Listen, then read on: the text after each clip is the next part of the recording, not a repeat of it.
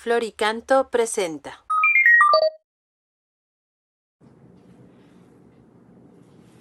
Hola, ¿qué tal amigos y amigas que nos escuchan a través de redes sociales? Soy el Padre Javier Hernández Raigosa, párroco de Nuestra Señora del Carmen en la Colonia Urdiales, en Monterrey, Nuevo León, México. Y el día de hoy, 28 de octubre, fiesta de los santos Simón y Judas, que es una fiesta muy importante para nosotros, San Juditas bendito.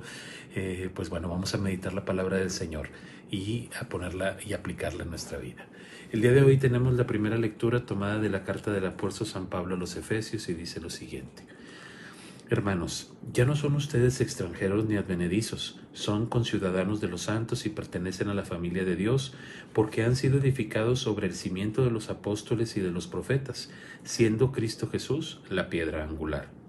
Sobre Cristo todo el edificio se va levantando bien estructurado para formar el templo santo en el Señor.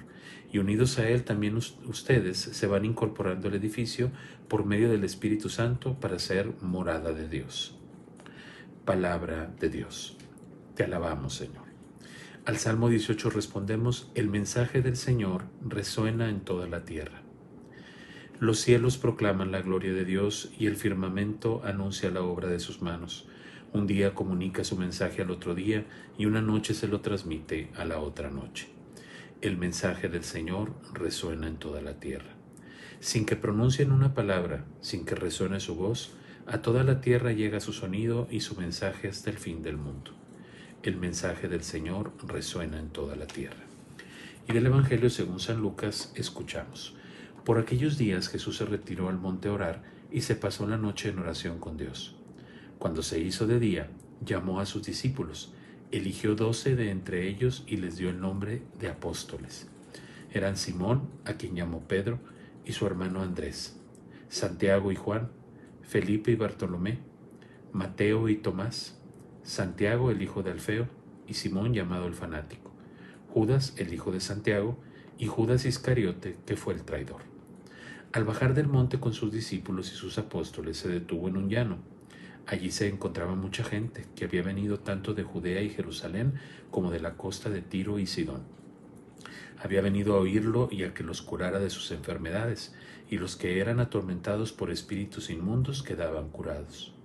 Toda la gente procuraba tocarlo porque salía de él una fuerza que sanaba a todos. Palabra del Señor. Gloria a ti, Señor Jesús. Muy bien, pues bueno, tenemos este día estas lecturas hermosísimas, como les comentaba, pues hoy es día de Simón y de Tadeo, ¿verdad? De Judas. Y pues bueno, hoy nuestra iglesia celebra este santo que también tiene mucha popularidad, ¿verdad? Dicen aquí en México que, bueno, pues está Cristo, la Virgen de Guadalupe y que San Judas ahí va perfilando, pero claro, o sea, cada quien en su lugar, ¿verdad? Es una expresión que decimos aquí en México, pero pues muy contentos de celebrar también a San Juditas y pedirle también su intercesión, como no.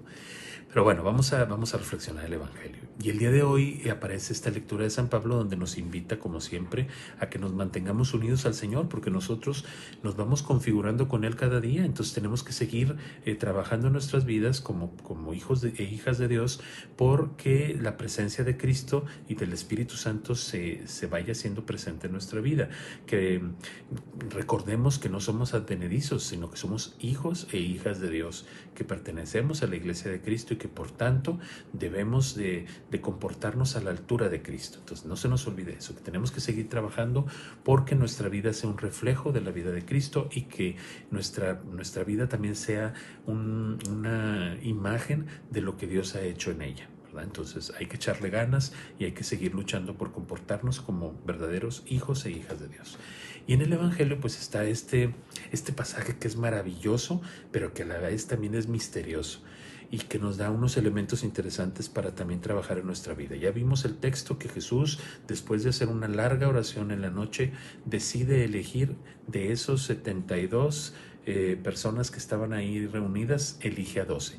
¿Por qué eligió nada más a 12? Pues bueno, podemos darle muchas lecturas, las 12 tribus de Israel, un poco en la lectura también hay lecturas en el Antiguo Testamento que van hablando sobre esta presencia de estos 12 hombres, estas 12 columnas, ¿verdad? Etcétera, que estarán en el juicio final. Bueno, hay muchas lecturas, pero ¿por qué Jesús escogió a esos 12? Pues bueno, porque así lo quiso, ¿verdad? Porque Él los eligió. y que además Jesús no era ajeno, y precisamente yo creo que por eso puso en su oración personal durante la noche, en ese momento en el cual tenía un contacto profundo con su Padre Dios, esta decisión. ¿Ustedes creen que no sabían, por ejemplo, que Pedro pues lo iba a negar? Que Santiago y Juan pues tenían como cierta ambición, ¿verdad? Porque, o no sé si a lo mejor su mamá era la que la tenía, pero de que había algo ahí, había. Y entonces ya ven que querían estar en los primeros lugares y querían sentarse el día del juicio ahí con él. Y Jesús dice, a mí no me corresponde esto. O sea, cada uno tenía sus asegúnes. Felipe, que se acuerdan inclusive todavía después de la resurrección, andándole, diciéndole cosas, o Tomás, ¿verdad? O sea, que no creía, y durante todo este tiempo hasta el final, hasta que no metió, que le dijo que metiera los dedos en las llagas. O sea, Jesús sabía quién era lo que les iba a elegir. Sin embargo, pues puso todo también en la voluntad de Dios. O sea, Dios, que sabe y conoce los corazones, sabe de lo que estamos hechos, pues les dio a todos la misma oportunidad. Cada quien la aprovechó como quiso, ¿verdad? De tal manera que pues a lo mejor podemos no entender por qué, si sabía que Judas lo iba a traicionar, Judas Iscariote, ¿por qué lo eligió? Pues no lo sabemos. Yo creo que Jesús quiso sopesar todo y decir, bueno, puede cambiar, ¿verdad? No está nada escrito, pero si así lo decide, pues bueno, que se haga la voluntad de Dios. Entonces, no sabemos. Aquí el detalle está que entonces cada uno comenzó a trabajar desde su realidad, y fue poco a poco, si se fijan, como decía San Pablo, fue instaurando la presencia de Cristo en su vida, de tal manera que después se volvieron en columnas de nuestra iglesia. Y quien realmente decidió otra cosa, pues bueno, decidió, ¿verdad?, su futuro, y tendrá que hacerse responsable de él. Y el caso está que día a día pasa lo mismo, hermanos y hermanas, ¿sí? Por un lado es Jesús que nos ha elegido a cada uno de nosotros, a ti y a mí, para participar en nuestra vida con una misión, la cual pues Dios nos conoce, Dios sabe de lo que estamos hechos, Jesús sabe de lo que estamos hechos, sabe las cosas que batallamos, y sin embargo confía en nosotros. Depende de nosotros trabajar en la vida para llegar a ser lo que Cristo quiere que seamos. Recuerda, hay que ser santo, no como tú quieres ser santo. Hay que ser santo como Dios quiere que tú seas santo. Y Dios quiere que seas santo en la realidad en la que tú vives, con esas limitaciones, con esos defectos, con esas virtudes, con esas capacidades. Todo eso hay que ponerlo en las manos de Dios, y que Dios haga lo demás. Entonces, por ahí tenemos esa reflexión. Y recuerda que las mejores decisiones se toman en la oración.